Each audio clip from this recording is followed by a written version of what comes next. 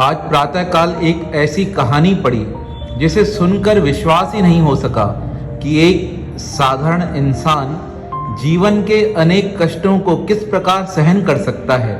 ये एक ऐसे ही भक्त की अति दिव्य कहानी है। श्री हरिदास जी इनका नाम था। किसी मुगल बादशाह के पास यह चाकरी करते थे। सैनिक थे, तलवार भी रखते थे, पर काठ की तलवार रखते थे और निरंतर अपना समय परमात्मा के सेवा भजन में ही व्यतीत करना पसंद करते थे।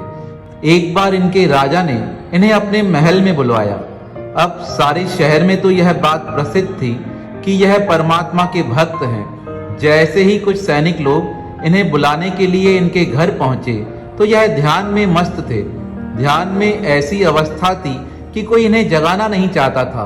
दो सैनिक वापस आ गए, कहने लगे, हे हजूर, वह तो परमात्मा के ध्यान में लीन है, उन्हें इस प्रकार जगाना उचित न समझकर हम वापस लौट कर आए हैं। राजा ने पुनः दो अन्य व्यक्ति हरिदास जी को बुलाने के लिए भेजे।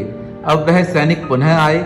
उन्होंने प्रयास किया हरिदास जी को ध्यान से जगाने का, पर हरिदास जी का ध्यान तो एक टक था, वह परमात्मा में लीन थे। तभी एक शख्स जो बड़ा उदंडी था, उसने क्या किया, उसने एक सुई का भाग लेकर श्री हरिदास जी के शरीर में चुबा दिया।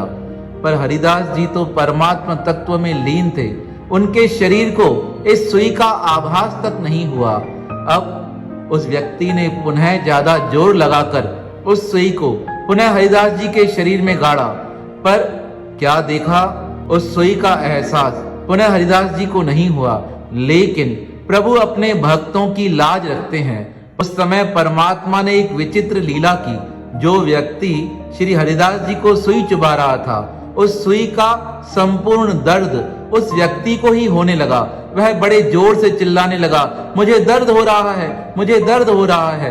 तब पास बैठे सैनिक ने कहा, तुमने भक्त का अपराध किया है, इसलिए भक्त को तो तकलीफ नहीं हुई, लेकिन इसके बदले तुम्हें तकलीफ प्राप्त हुई है। तुम यह सुई हटा दो। जैसे ही उस व्यक्ति ने सुई हटाई, उस व्यक्ति का भी दर्द समाप्त हो गया। इतने में श्री हरिदास जी का ध्यान टूटा।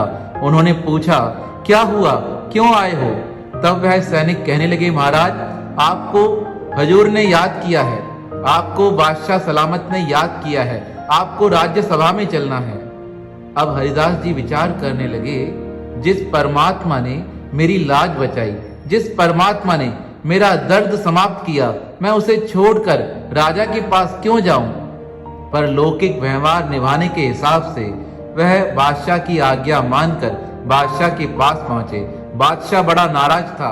वह कहने लगा, तुम्हें 2 बार बुलाया गया, तब भी तुम मेरे पास नहीं आए, क्या कर रहे थे? वह कहने लगे, हजूर, मैं ध्यान कर रहा था।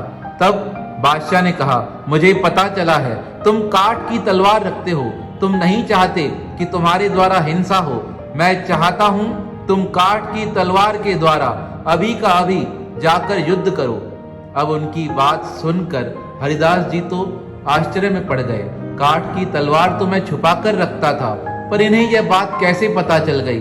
क्योंकि आपको पता होना चाहिए, जो परमात्मा के भक्त होते हैं उनके दुश्मन भी अनेक होते हैं।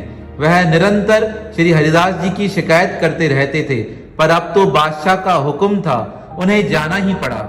उन्होंने काठ की तलवार उठाई, अपना घोड़ा तैयार किया और उस घोड़े पर बैठकर वह युद्ध करने के लिए निकल पड़े।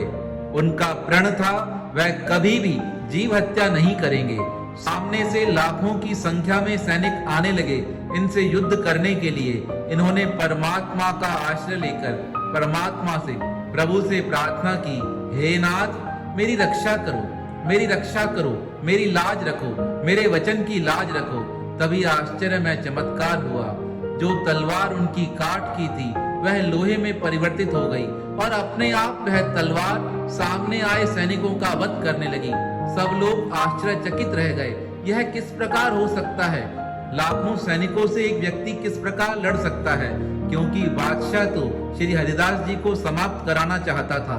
जब उसने यह खबर सुनी कि श्री हरिदास जी ने संपूर्ण युद्ध जीत लिया है, वह आश्चर्यचकित हो उनके चरणों में प्रणाम कर कहने लगा, मुझसे बड़ा अपराध हुआ है, मुझे क्षमा करो, मुझे क्षमा करो। तब हरिदास जी कहने लगे, आज के बाद किसी भक्त का मजाक न उड़ाना, क्योंकि भगवान सदैव अपने भक्तों के साथ होते हैं। तो परमात्मा ने किस प्रकार अपने भक्त का मान बढ़ाया, यह संपूर्ण कहानियां हमारे जीवन में हमारे विश्वास को बढ़ाती हैं। तो ऐसे भक्त वसल भगवान जो निरंतर अपने भक्तों के साथ रहते हैं, जो निरंतर उनकी संभाल करते हैं, उनके पावन श्री चरणों में हमारा बारंबार प्रणाम है, प्रणाम है, प्रणाम है।